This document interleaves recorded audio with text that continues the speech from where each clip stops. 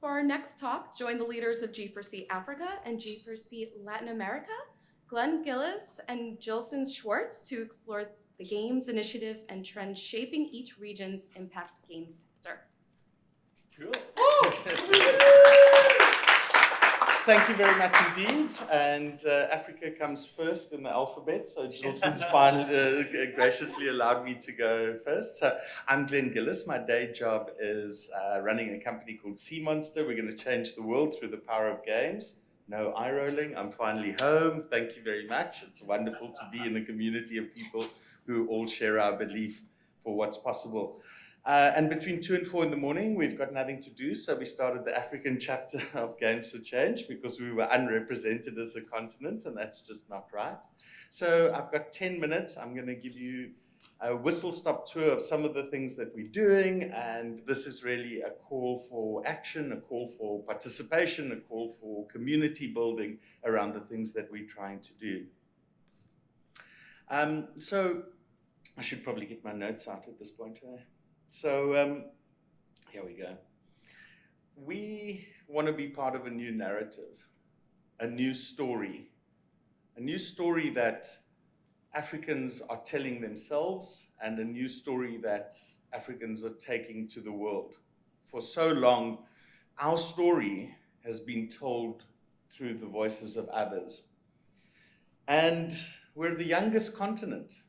So the demographic reality is that we are going to be the next billion everything, next billion customers. But a story is no good if you don't have a sense of agency in that story, in that narrative. If you are merely an observer, a passive participant in what is happening, a receiver of aid, of pity, we will have missed an incredible opportunity. And really, that's the essence of what binds us together in our chapter, and I think more generally in Games for Change. We like to say that the antidote to hopelessness is agency, and games give agency unlike any other media out there. I'm not sure if you know this, but Africa is not a country. It's actually 54 countries.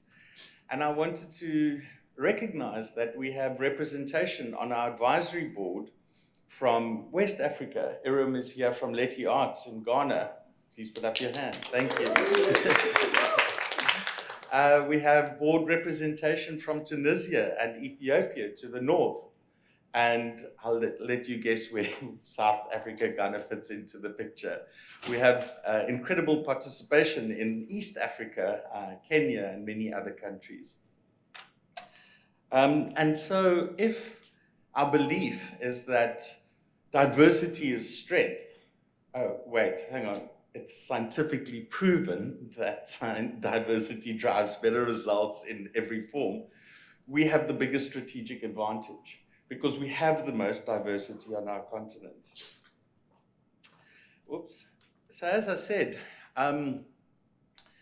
it's just a demographic truth that your business is going to be fueled by this incredible, young, vibrant continent. Tim Cook stood up at the most recent Apple announcement and spoke about how developing countries, he was referencing India specifically, are driving the growth of Apple. It was in his opening sentences that he said that. And I think that should be a clue to us all about the opportunity.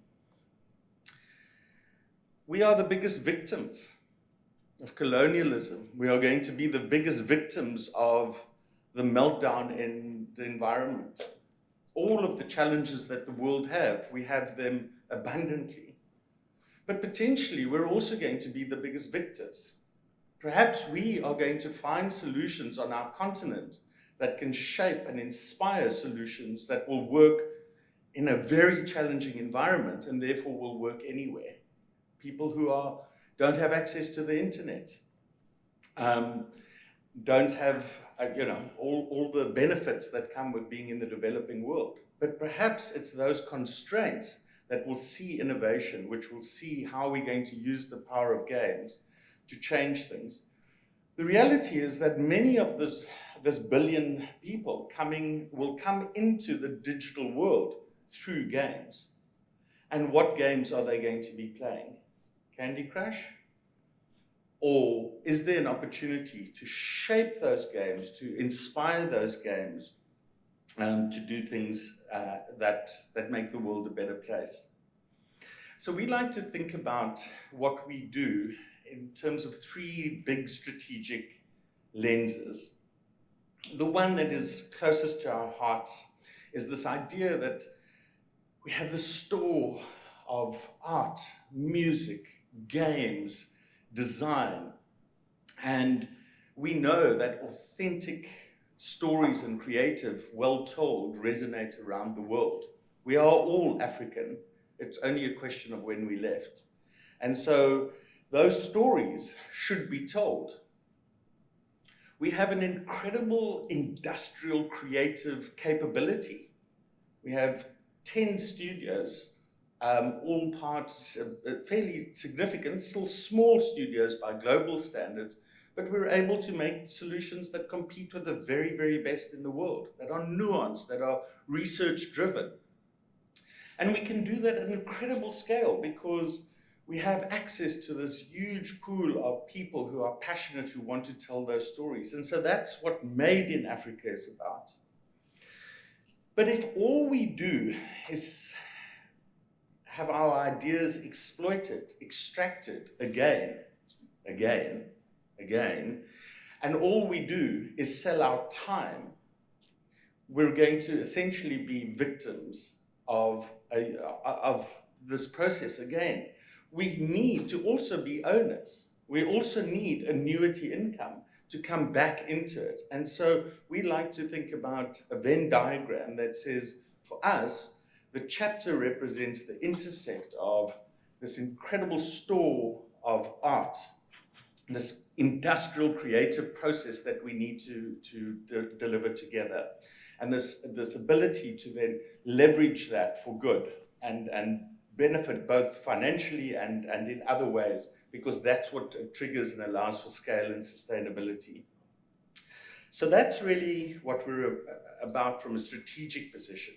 What we're doing about it is really three elements to our strategy.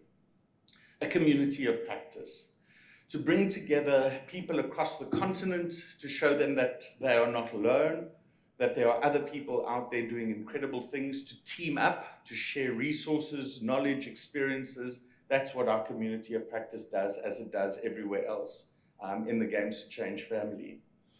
Of course, we need to fly the flag. We need to show that this is not a pity, or we don't need that. We're producing really amazing solutions, and there are other people who help us do that.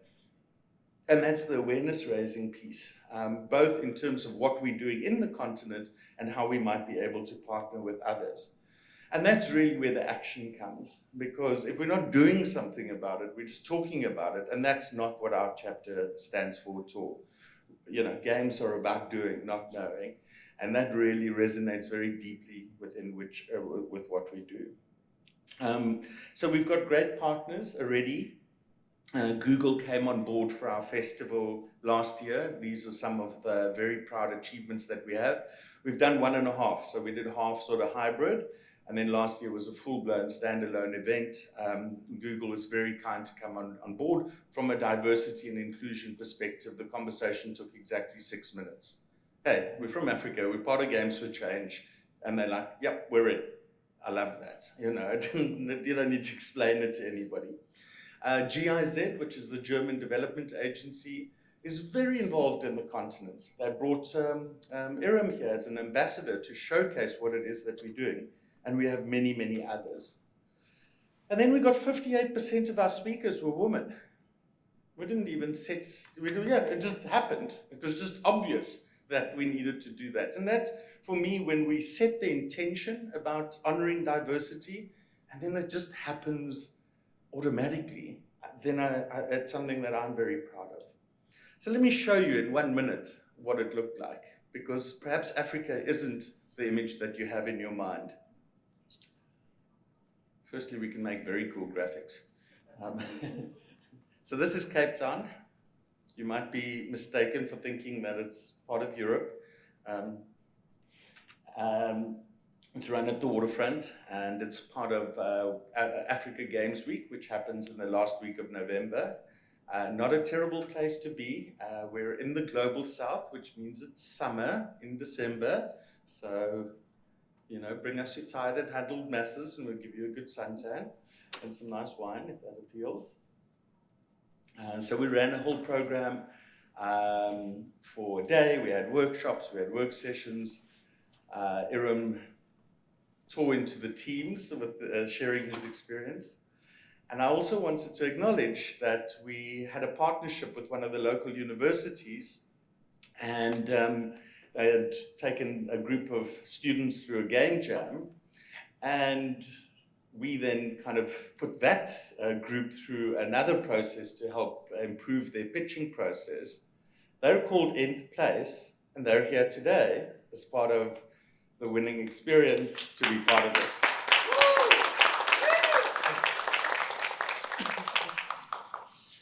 So this is a call for action. Have I still got 5 minutes? Seriously?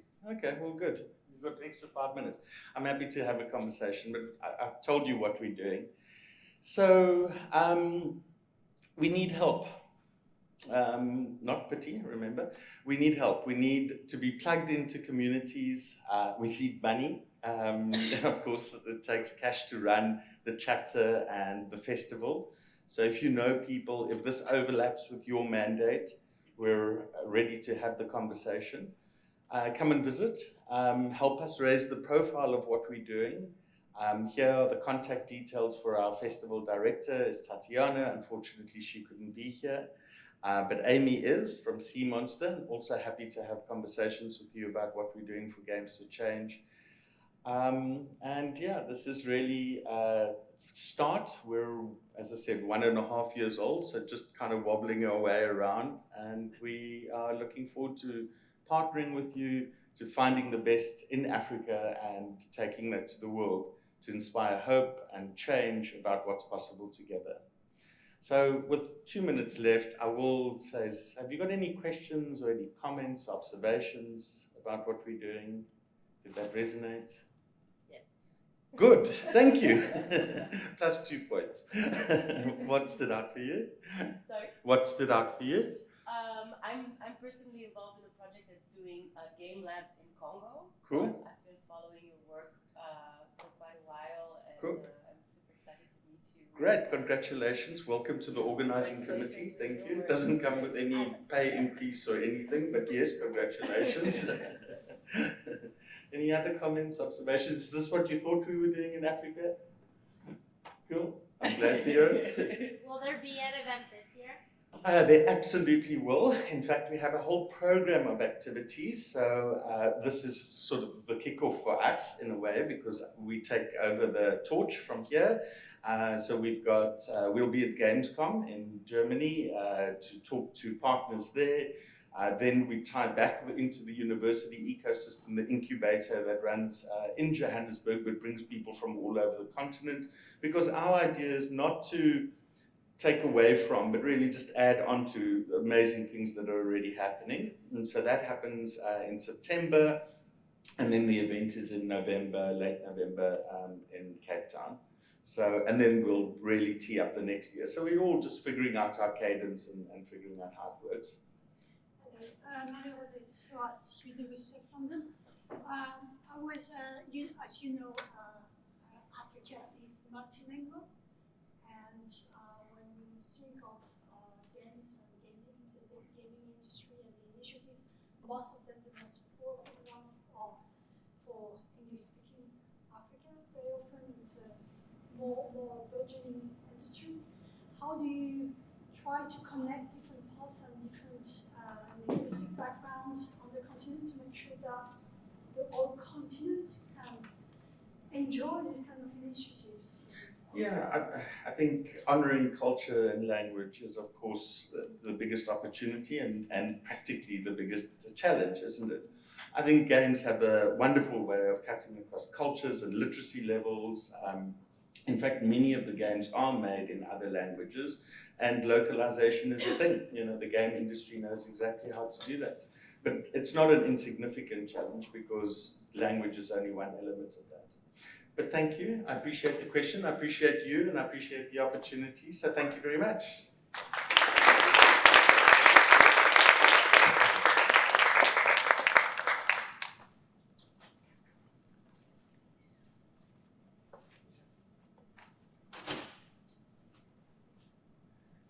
Hello, hello. We are sharing the session, Latin America and Africa, but actually what we really wish is to be together even more in the next event here, other events, networking.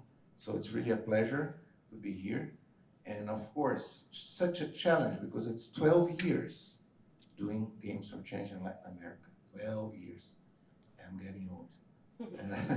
So yeah, we are now up to, where is it? Is it? It's not displaying. I need some support. So we are going now for 11th annual festival, 11th, and the 5th Pitch for Change competition. And there we go. There we go. Oops, almost there. So it really started in 2010 after I came to the festival here to showcase one of our projects. It was a localization project for a game called Global Conflicts. And that's when I met the G4C guys and we started working on the Latin American chapter. So this is our website just for last year's festival. We are very much into philosophy. We love games and philosophy. So there's always a session discussing, classical philosophy or non-Western philosophy, how that relates to playfulness and things like that. The Pitch for Change is really the competitive phase. So we had this last year. It was the 4th edition, and so many sessions. It's really crazy when we meet. Lately, of course, during the pandemic, this has been online. But last year we had Eric Zimmerman, for instance, doing the closing session and discussing his latest book. It was amazing, not just a lecture, but it was really a workshop with people interacting with him. We had a wonderful, it's all on our YouTube page, a wonderful party with Black women, rappers from Brazil. It lasted like more than 2 hours. With lots of Black women, not only singing, but talking about Brazil, talking about their condition, their ideals, their challenges. So this is our festival, this is our webpage. There will be a new webpage coming up soon. I'll talk about this in a moment, about our festival, our 11th edition of the festival. We have this Games for Change channel on YouTube, so you can check lots of sessions from several festivals over the years. You can check, for instance, where is it? Well, somewhere around here. Yeah. Eric Zimmerman is here. So you can check. It was really a workshop. And, well, I won't stay long here, but you can check various videos. Some of them are in English. Most of them are in Portuguese or Spanish. We are actually expanding in Latin America. It's very difficult for a Brazilian to lead a regional chapter in a continent such as Latin America because it's part Portuguese, it's part Spanish. I love to speak Spanish, but I'm not a Spanish. I'm not the Latino.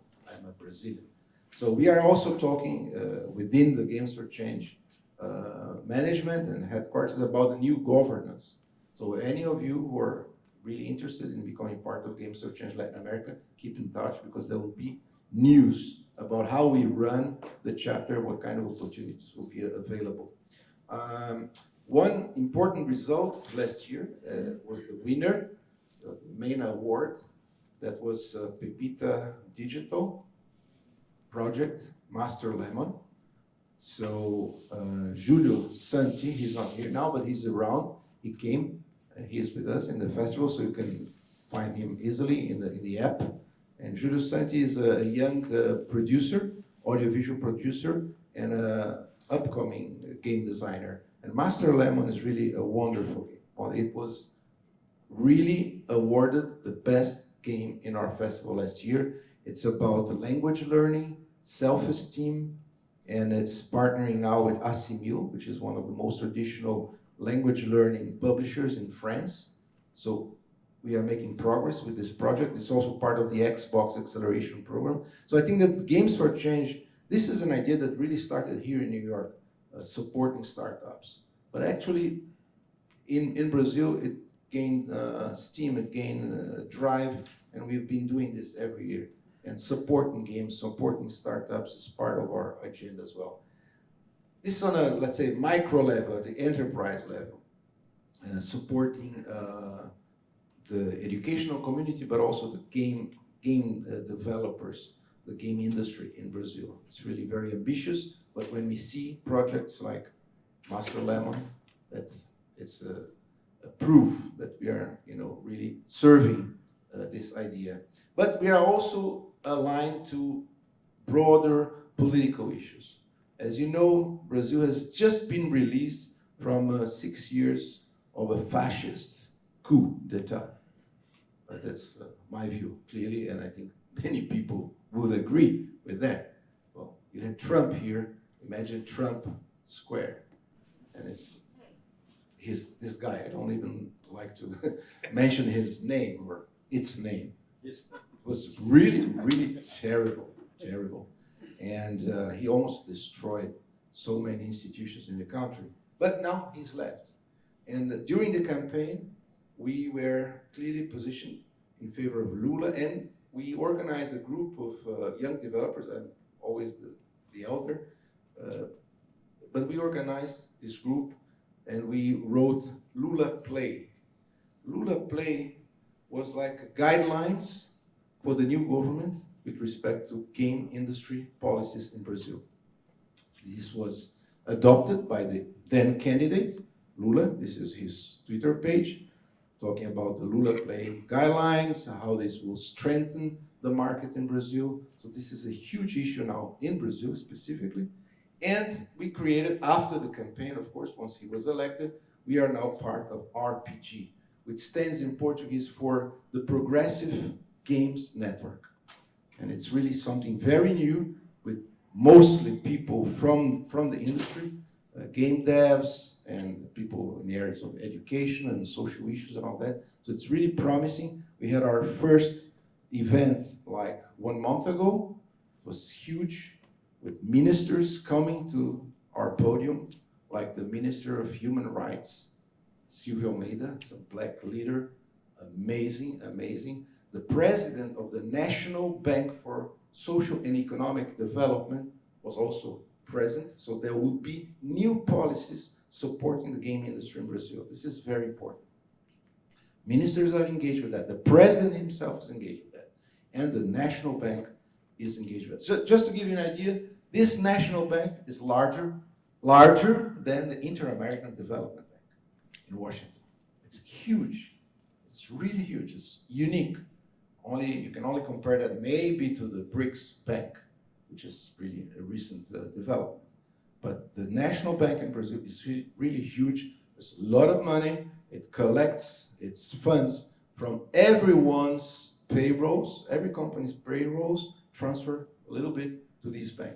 And these are investments in long-term projects, from infrastructure to small companies, and now games are coming.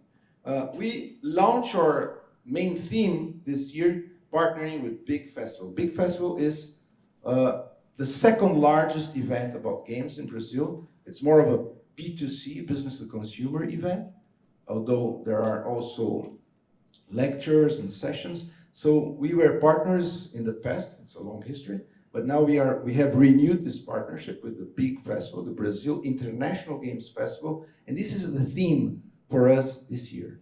Games and mental health in decolonial globalization. Well, I can't lecture about this now, but you can get an idea of what interests us. Games, health, and of course, discussing international relations.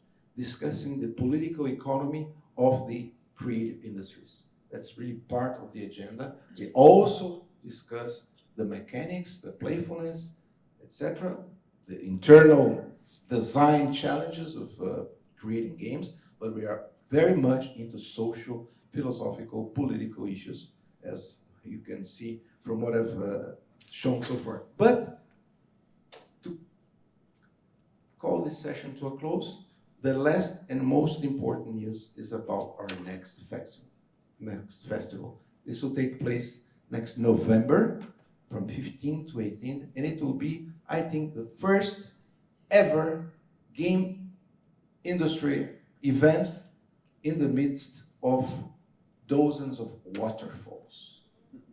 Not virtual waterfalls, real waterfalls, because we are going to hold this event in Brotas. And Brotas is really the national adventure tourism capital of Brazil. So we want to promote mental health. So we want to create games very close to nature, very close to pure sources of water. So whoever is interested in, coming to Brazil, to know Brazil, and discuss games and do game design sessions and workshops and all that, there will be one hub in Brotas that will be the central hub out of São Paulo, the central hub. But we will also hold remote hubs, remote poles of activity all over Latin America. So we now have a call for cooperation. For whoever is interested in participating in Latin American Festival can participate remotely. Of course, our priority is in Latin America. So we are spreading the news in Portuguese, in English, in Spanish. But you can find here in our LinkedIn page the form. So if you have an idea for a workshop, a lecture, an activity, going to the waterfall and maybe having that experience, and after that, designing a game about water. This is the United Nations Decade of the Oceans. So we are definitely going to discuss games that can help sustainable tourism, that can help us preserve our sources of water, energy, and all that. So this is the collaborative call from November 15th to 18th. The general theme is games, mental health, and decolonial globalization, but of course, it's open to other ideas and other issues. Proposed activities must fall in one of these following categories: a lecture, a practical workshop, a game jam. I want to organize a game jam in India. I want to organize in Africa. So we are looking forward to meet partners that are interested in taking part of the Latin American Global Festival, in a sense. Physical game jams as well, debate sessions, play tests, and of course the Pitch for Change. This will be our 5th edition of the Pitch for Change, and given the changes in the policy framework in Brazil, we are quite confident that the prizes, the awards, will be more substantial. Not only the certificate and our support, as we are supporting Pepita Digital and Master Lemon, but also some new sources of funding, because we are clearly, via the RPG network, now in a dialogue with the government, this new, recently elected government. They haven't had even enough time to find where is the coffee machine. They're still organizing themselves and trying to get rid of all the military that were infiltrated by the previous government. But once this task is over, and it's almost over, the former president still has to go to prison, but it will come in due time. You're all invited to be part of Games for Change Latin America. I mean, we are really proud to be the oldest, the oldest chapter, and it's been evolving in Brazil, and it's really, really an honor to be here in this session with our African partners. Thank